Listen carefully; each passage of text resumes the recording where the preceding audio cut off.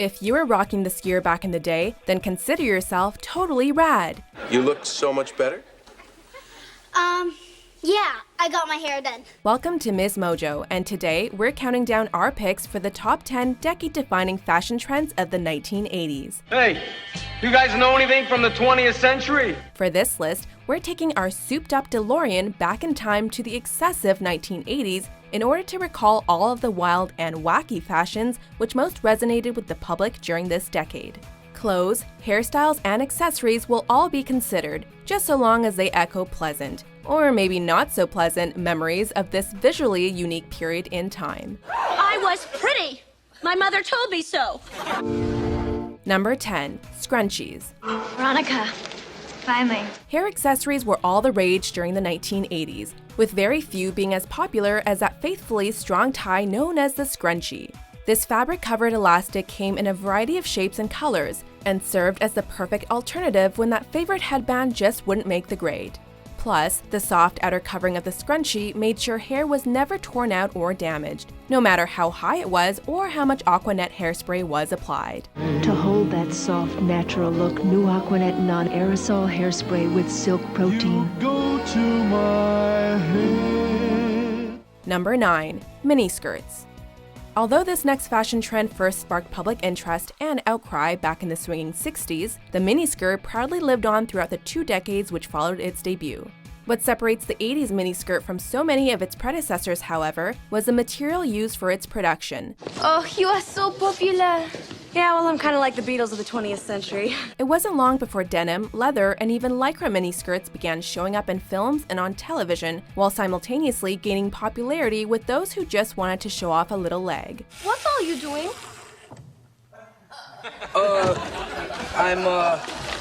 I'm giving you some ventilation, you know, so the heat can get through. Oh, it's all right, bud. I don't mind if you peep. Number 8. The Yuppie Look.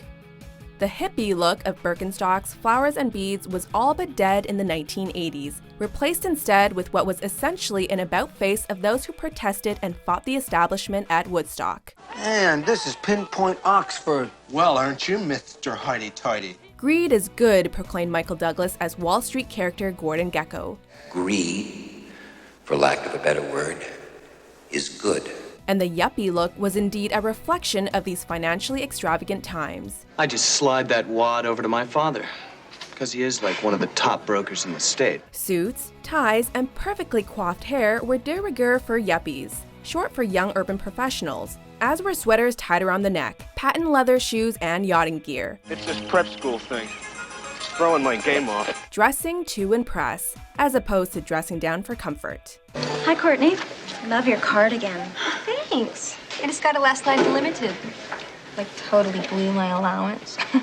Number 7. The Miami Vice. You want to get high? Well, you know, it'll serve the purpose. You understand what I'm saying? It's difficult to explain to those who weren't around during the 1980s how much of an impact just one television program could have upon an audience. But this was indeed the case with producer Michael Mann's decade-defining cop show, Miami Vice.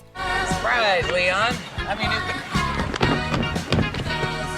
Along with costume designer Jody Tillon, Mann's vision was a cop show which stood in strict opposition to its funky predecessors from the 1970s, bringing with it a fashion sense firmly entrenched in the 80s MTV generation. Pastel colors, flowing white sport coats, designer stubble, and those perfect Ray-Ban Wayfarers were the epitome of 80s cool, as well as an essential tool for kickstarting actor Don Johnson's claim to fame.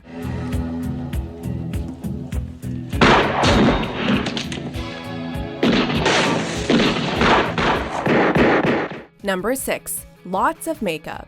Wearing lots of makeup was nothing new in the 1980s, but the onset of music television during this decade made the art of visual expression all the more important for just about everyone.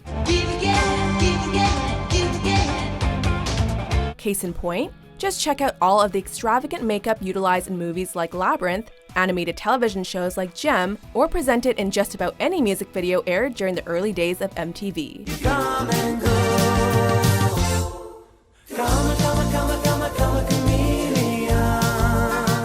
The 1980s were all about radical, boundary-pushing visual style, and this sentiment was definitely echoed in how normal, everyday people reflected these wild and out-there artists who were reaching into their living rooms. Put on a little makeup, make sure they get you good side, good side.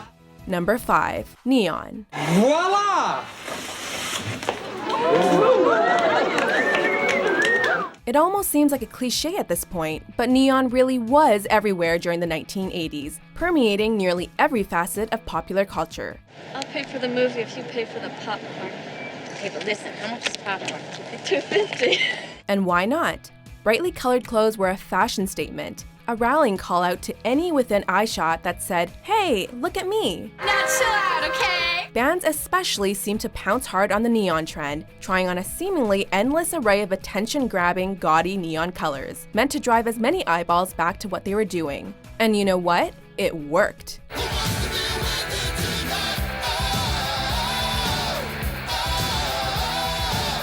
Number 4. Acid-Washed Denim. Naughty girls need love. For everyone out there who wears any sort of distressed jeans, you have these gaudy grandfathers to thank for your keen sense of fashion. Sergio is the natural element of style. Acid-Washed Denim, preceded by Stone-Washed jeans, which used pumice to attain its faded appearance, is a type of denim that has been worn down and made to look weathered and well-worn. Hey, don't listen to him, Kelly. There's nothing gonna stop me from going to that dance. Though pumice is also used to attain the acid-washed jeans look, no acid is actually used during the distressing process, despite its name. The end result is not only a cool-as-hell rocking pair of jeans, but also a soft and comfy one as well, as the weathering process breaks down the denim, making it instantly feel like your most favorite thing in the world. This week is the annual sweetheart dance, when a guy gives away his heart. I guess who I want to give my heart to? I'll give you a clue. It ain't him. Number 3. Wild hair. Walk like an Egyptian. Okay, it's no secret that the 1980s were practically defined by weird, wild hair. Dad, I'm Kelly, and this is Matt. I'd like you to meet us. There's just no escaping this fact, and it was prevalent in nearly every aspect of popular culture, from the music, to the movies, to network and cable television. It seems as if everyone felt the need to one-up his or her neighbor in terms of how crazy, how high, or how bizarre he or she could get their hair.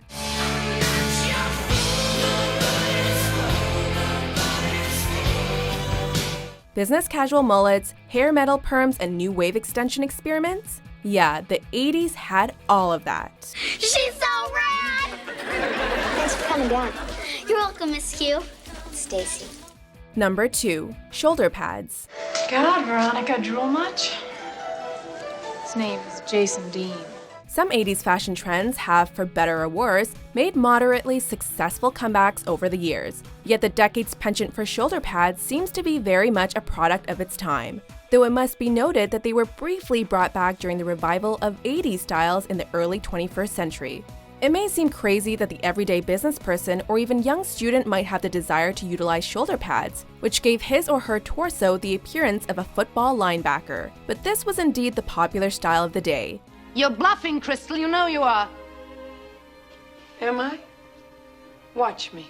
Musicians and actors were no strangers to wearing shoulder pads either, making this unique fashion trend one which just about anyone could pull off.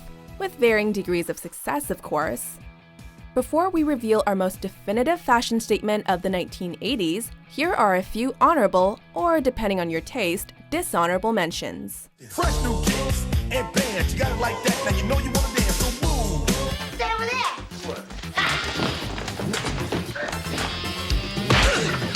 You see no way for the possibility. Don't you see a strong resemblance to yourself?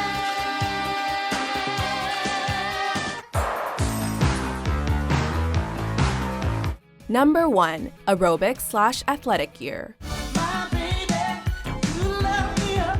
My baby, mother. That pulsing, undulating beat. The skin-tight leotards. Those crazy exercise moves. Folks in the 1980s were obsessed with the culture of aerobics and athletic gear, and it showed. You put your mind to it, you can accomplish anything. The popularity of aerobics brought with it the decade's penchant for leg warmers, leggings, and stirrup pants, and combined with it jazzy, upbeat classes of group exercise.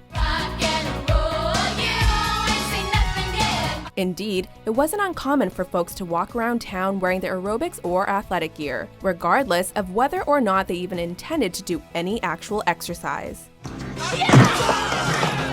It was enough just to be seen rocking the fancy gear, proving that you too could get physical like Olivia Newton-John. That is, if you wanted to.